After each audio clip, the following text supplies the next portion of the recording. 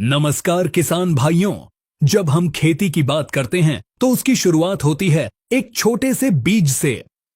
वह बीज देखने में तो एक मामूली सा दाना लगता है, लेकिन उसके अंदर एक विशाल वृक्ष और हजारों फलों का भविष्य छिपा होता है। आज के समय में जब हम बीज भंडार पर जाते हैं तो हम अक्सर देसी या ओपी ओपन पॉलिनेटेड बीज की जगह हाइब्रिड बीज की मांग करते हैं। हम एक छोटी सी थैली के लिए हजारों रुपए चुकाते हैं। मन में कई बार सवाल उठता है कि आखिर इन बीजों में ऐसा क्या जादू है? क्यों ये बीज इतने महंगे होते हैं? क्या यह सिर्फ कंपनियों का मुनाफा है या इसके पीछे सच में कोई बहुत बड़ा विज्ञान और मेहनत है? और सबसे बड़ा सवाल, आखिर यह F1 हाइब्रिड बनता कैसे है? क्या इसे फैक्ट्री में मशीनों द्वारा छापा जाता है? आज का यह वीडियो आपके इन सभी सवालों का जवाब देगा। आज हम आपको खेतों की उस प्रयोगशाला लैब में लेकर चलेंगे जहां वैज्ञानिक एक एक फूल के साथ बारीक कारीगरी करके इस बीज का निर्माण करते हैं। यह जानकारी इतनी गहरी और तकनीकी है कि इसे समझने के बाद आप बीज को सिर्फ एक दाना नहीं बल्कि विज्ञान का एक चमत्कार मानेंगे। तो चलिए शुरू करते हैं F1 हाइब्रिड बीज बनने की इस अद्भुत यात्रा को। सबसे पहले हमें यह समझना होगा कि हाइब्रिड शब्द का मतलब क्या है। साधारण भाषा में हाइब्रिड का अर्थ है दो अलग अलग गुणों का मिलन। जब हम एक बहुत अच्छी उपज देने वाले पौधे का मिलन एक ऐसे पौधे से कराते हैं जिसमें बीमारी नहीं लगती, तो हमें जो संतान मिलती है उसमें दोनों के गुण आ जाते हैं। वह उपज भी ज्यादा देती है और बीमार भी नहीं पड़ती। लेकिन यह सुनने में जितना आसान लगता है, करने में उतना ही जटिल है। इस विज्ञान की नींव रखी थी ग्रेगर मेंडल ने। उन्होंने मटर के दानों पर प्रयोग करके दुनिया को बताया था कि पौधों में भी माता और पिता के गुण बच्चों में जाते हैं। हाइब्रिड बीज बनाने की प्रक्रिया में सबसे पहला शब्द जो आपको समझना है वह है F1। F का मतलब होता है फीलियल यानी संतान या पीढ़ी, और 1 का मतलब है पहली, यानी जब दो बिल्कुल अलग अलग खानदान के पौधों का क्रॉस कराया जाता है तो उससे जो पहली पीढ़ी पैदा होती है उसे F1 कहते हैं। लेकिन किसान भाइयों, यहां एक पेंच है। आप खेत के किसी भी दो पौधों को मिलाकर अच्छा हाइब्रिड नहीं बना सकते। हाइब्रिड बनाने के लिए वैज्ञानिकों को सबसे पहले शुद्ध माता पिता तैयार करने पड़ते हैं, और यही इस पूरी प्रक्रिया का सबसे लंबा और कठिन हिस्सा है। अब हम बात करेंगे उस प्रक्रिया की जो हाइब्रिड बीज बाजार में आने से 7 से 8 साल पहले शुरू होती है। इसे कहते हैं प्योर लाइन सिलेक्शन या इनब्रीडिंग। हाइब्रिड बनाने के लिए हमें दो ऐसे पौधे चाहिए जिनके गुण बिल्कुल स्थिर फिक्स्ड हों। मान लीजिए वैज्ञानिकों को एक ऐसा टमाटर बनाना है जो लाल रंग का हो और जिसका छिलका मोटा हो ताकि ट्रांसपोर्ट में खराब ना हो। इसके लिए वे एक ऐसा पौधा चुनेंगे जिसके फल लाल हैं। लेकिन समस्या यह है कि खेत में प्राकृतिक रूप से उगने वाले पौधों में गुण मिले जुले होते हैं। हो सकता है उस लाल टमाटर के बीज से अगला पौधा पीले टमाटर का निकल आए। इसे अशुद्ध या हेटेरोजाइगस कहते हैं। इस अशुद्धता को खत्म करने के लिए वैज्ञानिक इनब्रीडिंग करते हैं। इनब्रीडिंग का मतलब है स्वपरागण, सेल्फ पॉलिनेशन, यानी एक पौधे के फूल के नर भाग परागकण को उसी फूल के मादा भाग पर डाला जाता है। बाहर से किसी दूसरे पौधे का परागकण नहीं आने दिया जाता। जब इस बीज को अगले साल बोते हैं तो फिर से उसी के फूल का परागकण उसी में डालते हैं। ऐसा लगातार 6 से 7 पीढ़ियों तक, यानी 6 से 7 साल तक किया जाता है।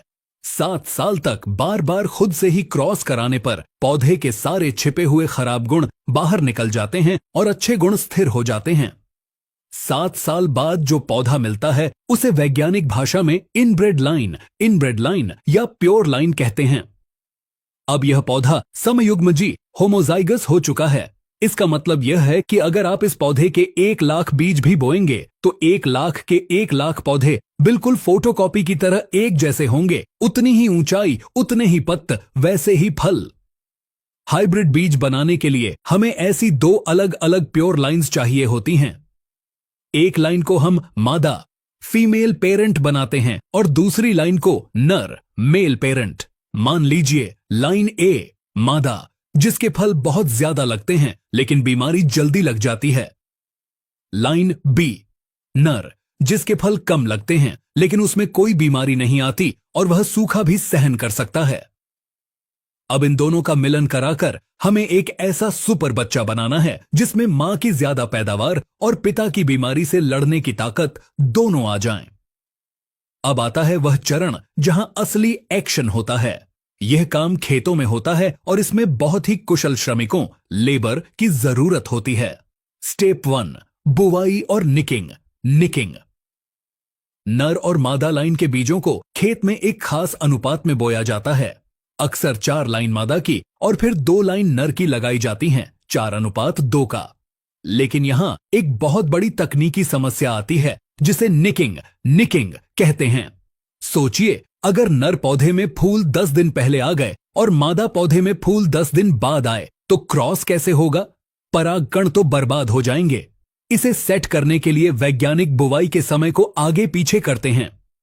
इसे सिंक्रोनाइजेशन कहते हैं, ताकि जिस दिन मादा का फूल खिले ठीक उसी दिन नर का फूल भी तैयार हो। स्टेप 2, विपुंसन, इमैस्कुलेशन। यह हाइब्रिड बीज बनाने का सबसे नाजुक काम है।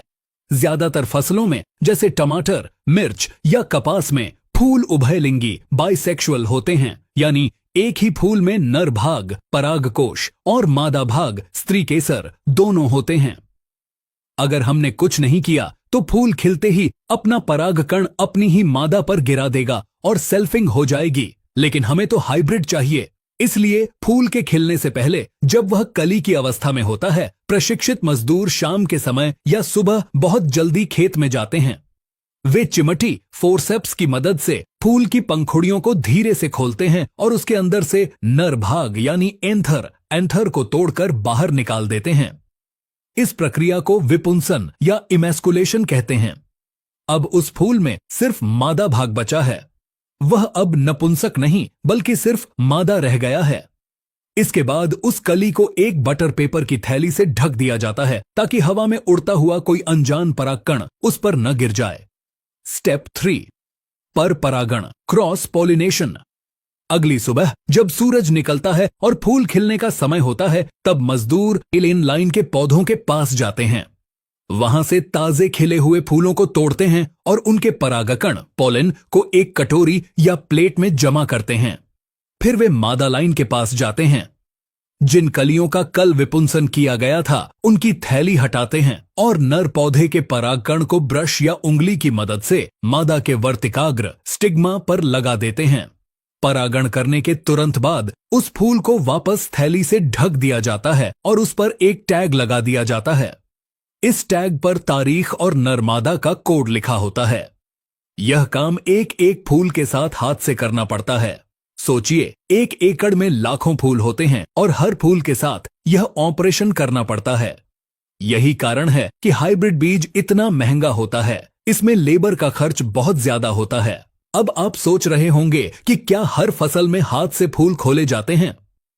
मक्का या ज्वार जैसी फसलों में जहां करोड़ों छोटे छोटे फूल होते हैं, वहां हाथ से विपुंसन करना असंभव है। वहां वैज्ञानिक एक कुदरती करिश्मे का इस्तेमाल करते हैं जिसे कहते हैं मेल स्टेरिलिटी।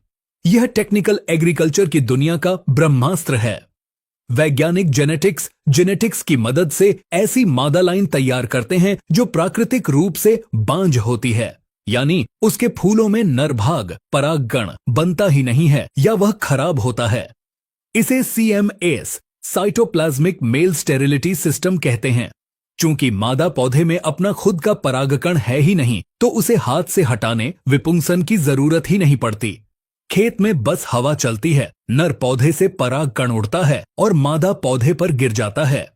इससे हाइब्रिड बीज बनाने का खर्च कम हो जाता है और बड़े पैमाने पर उत्पादन संभव हो पाता है। ज्वार, बाजरा और मक्का के हाइब्रिड बीज इसी तकनीक से बनते हैं।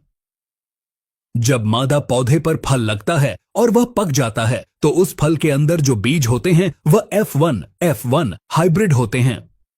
इस बीज को जब किसान अपने खेत में लगाता है तो एक चमत्कार होता है जिसे विज्ञान में हेट्रोसिस या हाइब्रिड विगर कहते हैं। हेट्रोसिस का मतलब है कि बच्चा अपने मां और बाप दोनों से ज्यादा ताकतवर निकलता है। उसकी जड़ें गहरी होती हैं, तना मोटा होता है और वह विपरीत मौसम को भी झेल जाता है। यह प्रकृति का नियम है कि जब दो दूर के जीन मिलते हैं तो जीवन शक्ति बढ़ जाती है। लेकिन किसान इसे दोबारा क्यों नहीं बना सकता? Why not save seeds? यह वीडियो का सबसे महत्वपूर्ण हिस्सा है। अक्सर किसान भाई सोचते हैं कि कंपनी वाले बीज दोबारा बोने से इसलिए मना करते हैं ताकि उनका बीज बिकता रहे।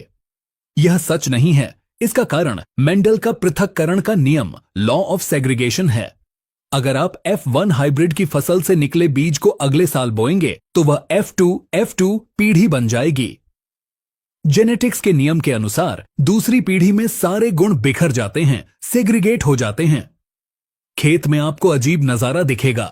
25% पौधे बहुत छोटे रह जाएंगे, 25% पौधे बहुत लंबे हो जाएंगे लेकिन फल कम देंगे, 50% पौधे ठीक होंगे, फलों का आकार, रंग और स्वाद थोड़ा अलग अलग होगा।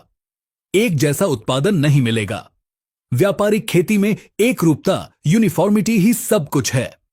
अगर आपके आधे टमाटर छोटे और आधे बड़े हैं तो मंडी में भाव नहीं मिलेगा। इसीलिए उस संकर ओज या जादुई ताकत को पाने के लिए हमें हर साल उसी F1 बीज की जरूरत होती है जो 2 प्योर लाइंस के क्रॉस से बना हो। तो किसान भाइयों, यह थी कहानी आपके हाथ में आने वाले उस छोटे से हाइब्रिड बीज की। यह किसी एक दिन का काम नहीं है।